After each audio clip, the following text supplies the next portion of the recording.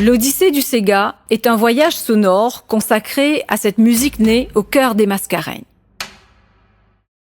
Elle en incarne l'âme vibrante.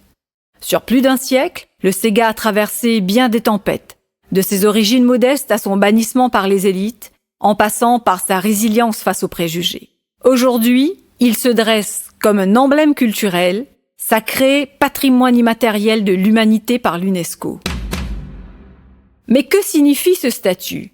Cela consacre le Sega comme un trésor universel, un héritage qui dépasse Maurice, Rodrigue, Agalega, La Réunion et les Seychelles. Il appartient désormais à l'humanité, à chacun d'entre nous. C'est là sa plus belle revanche sur l'histoire. Une musique née dans l'adversité, portée par des voix oubliées, qui résonne aujourd'hui avec une force universelle.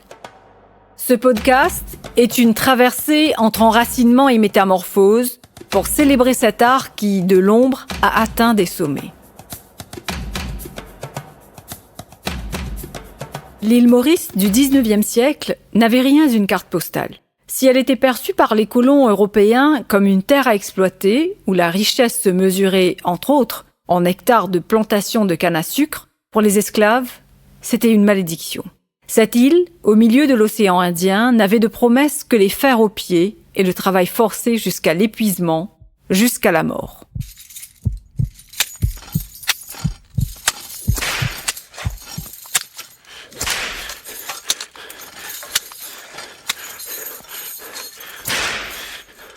Dans l'air lourd des plantations, où sueur et larmes se mêlaient à la terre, par intermittence, quand le maître autorisait un rassemblement de cette masse laborieuse, soumise aux pires humiliations et punitions, pour étouffer une rébellion, s'élevait alors le son des tambours et des voix. Elle portait en elle une vibration. C'est sur cette pulsation, refusant de s'effacer face à l'innommable, que va naître un blues, le Sega. Était-ce là un cri de résistance ? Le Sega n'est-il pas le premier espace du marronnage ? Cette musique portait sans doute déjà en elle l'écho d'une liberté à venir. Maurice Carrefour et île à sucre. Au XVIIIe siècle, l'océan Indien est un espace de transit incontournable. La route des Indes, ce carrefour maritime, vital pour ces puissances coloniales européennes, traverse les Mascareignes. Et au cœur de cet archipel, l'île Maurice, alors appelée Île-de-France, se dresse comme un territoire géostratégique de premier choix. Maurice devient donc une île à sucre, son économie entièrement tournée vers l'exploitation des plantations. Mais ce sucre, qui fait la richesse des colons français, puis britanniques, est payé au prix fort, celui de la sueur et du sang des esclaves. Ils viennent de Madagascar, de l'Afrique de l'Ouest et de l'Inde, transportés dans des cales de navires pour alimenter cette machine coloniale insatiable.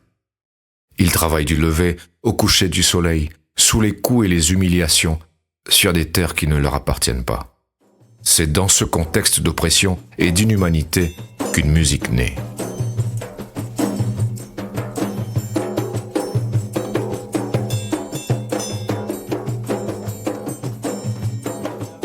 À cette époque, les esclaves n'ont rien. Aucun bien matériel, aucun droit, aucun répit. Mais ils ont leur voix, leur corps et leur mémoire. Pendant les rares moments de repos, souvent au clair de lune, ils se réunissent en secret, dans des clairières ou près des feux. Là, ils chantent, dansent et jouent de la musique.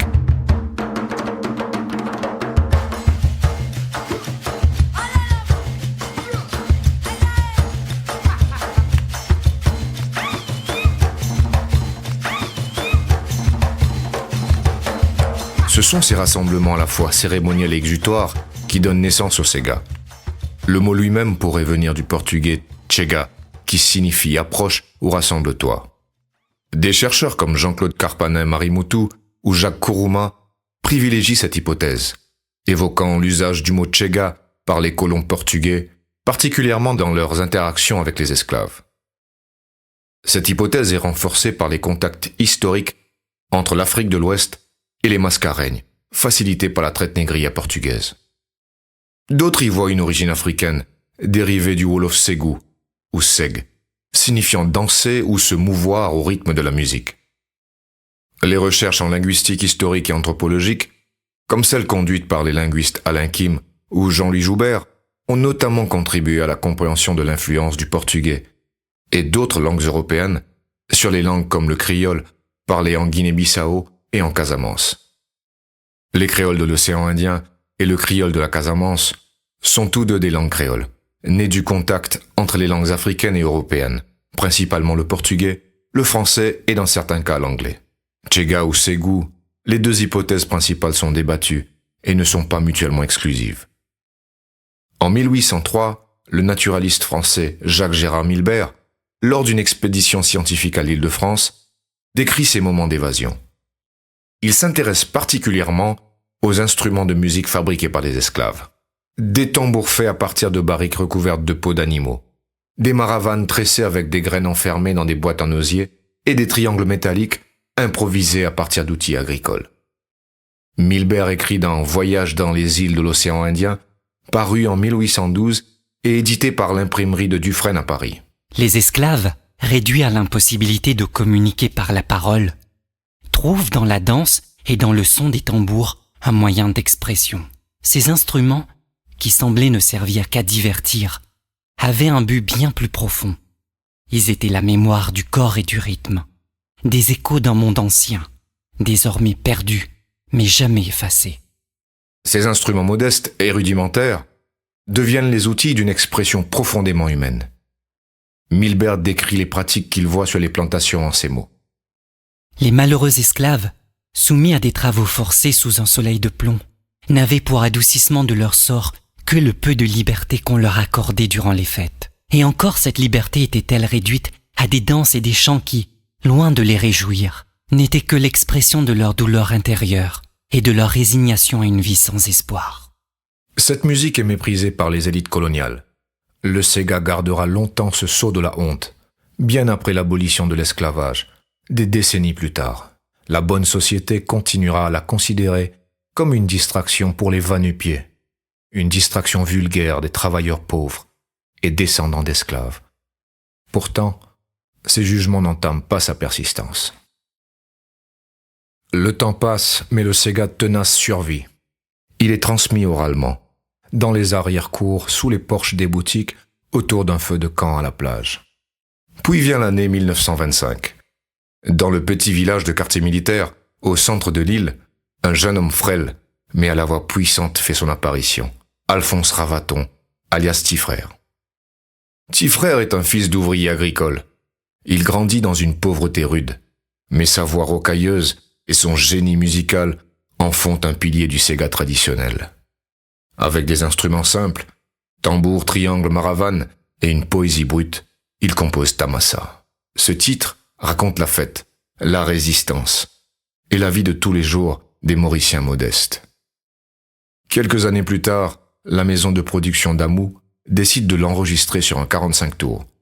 Pendant des années, il va composer, sans relâche. Rien n'est écrit, tout est dans la tête d'Alphonse Ravaton. Colette Lechartier a documenté pour le Centre Nelson Mandela pour la culture africaine la pratique du Sega par Alphonse Ravaton. Elle témoigne. C'est tellement authentique, c'est tellement terre à terre, c'est tellement dans son monde à lui, son monde créatif à lui. Parce qu'il dit créer, il va écrire une pure réalité, ça. Disons, il peut vivre dans un endroit, quartier militaire ou quotidien. L'événement qui est arrivé, tout de suite, vous composez ce là. Tout de suite, sa spontanéité est arrivée, et il composait, là, il n'est pas écrire, il est dans son mémoire. C'est le quotidien des gens ordinaires qu'il va chanter dans son village. Ainsi naîtront les morceaux Angéline, Papitou ou encore Charlie O.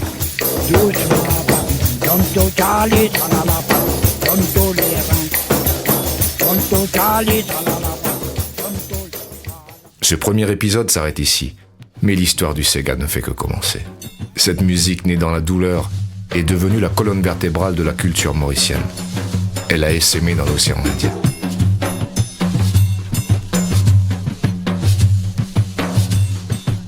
Dans le prochain épisode, nous explorerons la suite de cette odyssée.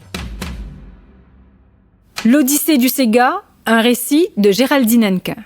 Réalisé par Muse Productions avec le soutien du National Arts Fund et de Radio One. Lecture, Yannick Nanette. Assistance éditoriale, Martine Charrier. Voix off, Alessandro Chiara. Documentation, Next Art Factory. Interview, Hello Jude Studio. Mixage, Sylvano Alcide avec le soutien de Prodcom.